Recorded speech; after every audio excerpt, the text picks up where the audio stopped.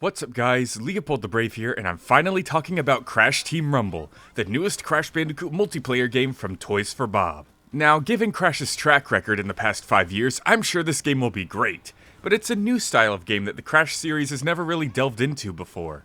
So understandably, as positive as I'm feeling, there are some worries that hopefully won't become a reality, and some wishes that hopefully will. And that's what this video will be about, my top 5 hopes for CTR. And by CTR, I mean Crash Team Rumble, not Crash Team Racing. Hey guys, we finally got CTR too! But you've heard these jokes enough already, so let's just dive in. My first hope is for a story mode. Whether it's Crash Team Racing, Crash Nitro Kart, Crash Tag Team Racing, Crash Bash, all of the Crash Bandicoot spin-offs have had a fun story to go along with them. Oxide trying to turn the Earth into a giant parking lot, Velo trying to find entertainment for his people, Von Clutch trying to find a new owner for his amusement park, and Aku Aku and Uka Uka trying to figure out who's better between them. It doesn't have to be a super complex story that moves the plot forward or anything, but something would be nice. Just some good single-player content too, you know? If they do decide to go crazy with the story though, I hope it's about Aku Aku and Uka Uka since the game is another versus competition. Maybe Aku Aku and Uka Uka are going at it again and trying to figure out who's better between them. But hopefully this time we can get some interesting lore about the masks like we've been wondering about for the longest time.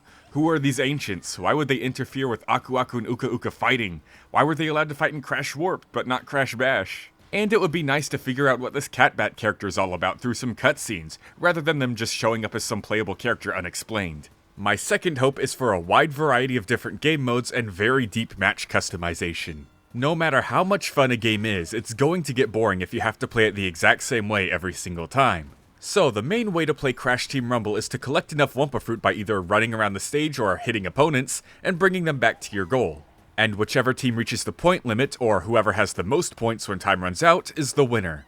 But what about those who only care about the beating each other up part? Or what about those who don't like to play on a team? There should definitely just be straight up brawling modes without the Wumpa Fruit part, and free-for-alls instead of just teams only. Or you could put everyone's platforming skills to the test, and have a game mode where hoops spawn around the map, and players have to jump through the hoops. Whoever jumps through the most and gets the most points is the winner. Just come up with a bunch of different ways to play this game. It'll make it last longer, and it'll also feel like Crash Bash with all the different little mini-games. I think it definitely would scratch that itch for players clamoring for a Crash Bash remake.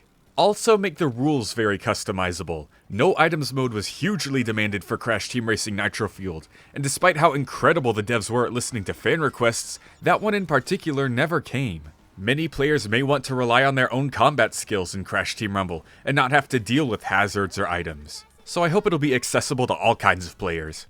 My third hope is for a good online because, hoo boy, Nitro Fueled was rough. Especially when the PS5 came out and people were separated across different platforms. The online especially needs to be good with how much this game seems to be focusing on it.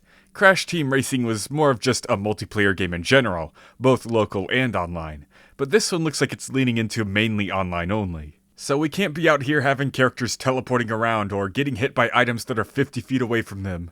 Or of course, finally scoring the last point they need to win, only to find out that the opposing team did it 30 seconds earlier now that the connection is finally caught up.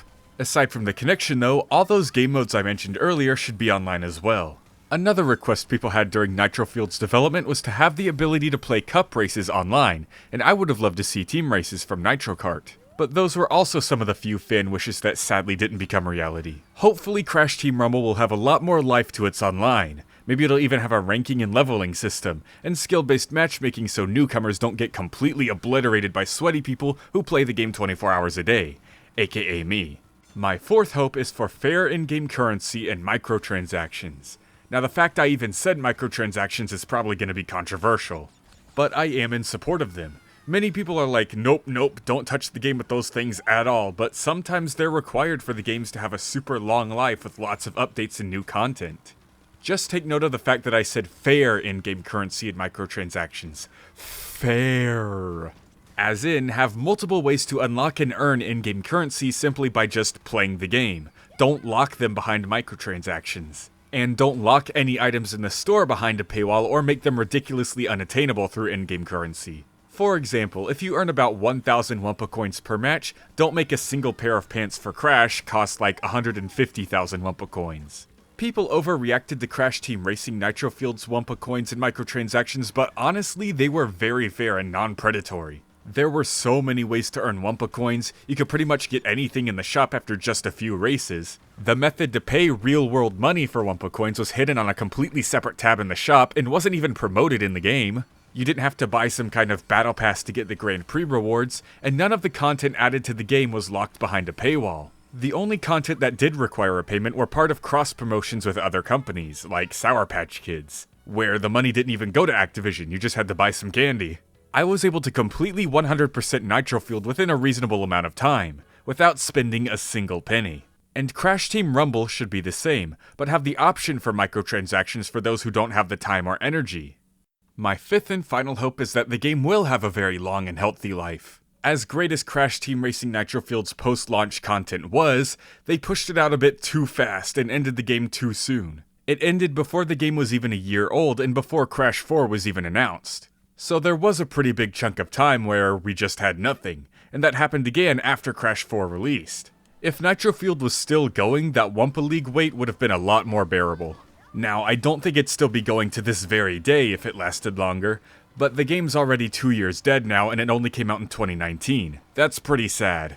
Hopefully Crash Team Rumble can figure out more to do. More additional characters, more game modes, more maps, more items, skins, crossovers, and plenty more. And maybe it'll be enough to hold us over till the next Crash game, and perhaps the one after that if it goes by too quick. But let me know what you guys think. What are your biggest hopes for Crash Team Rumble, and what you think of my ideas? I'll be sure to check out your responses in the comments section below, and I'll see you guys next time. LeopoldTheBrave, out.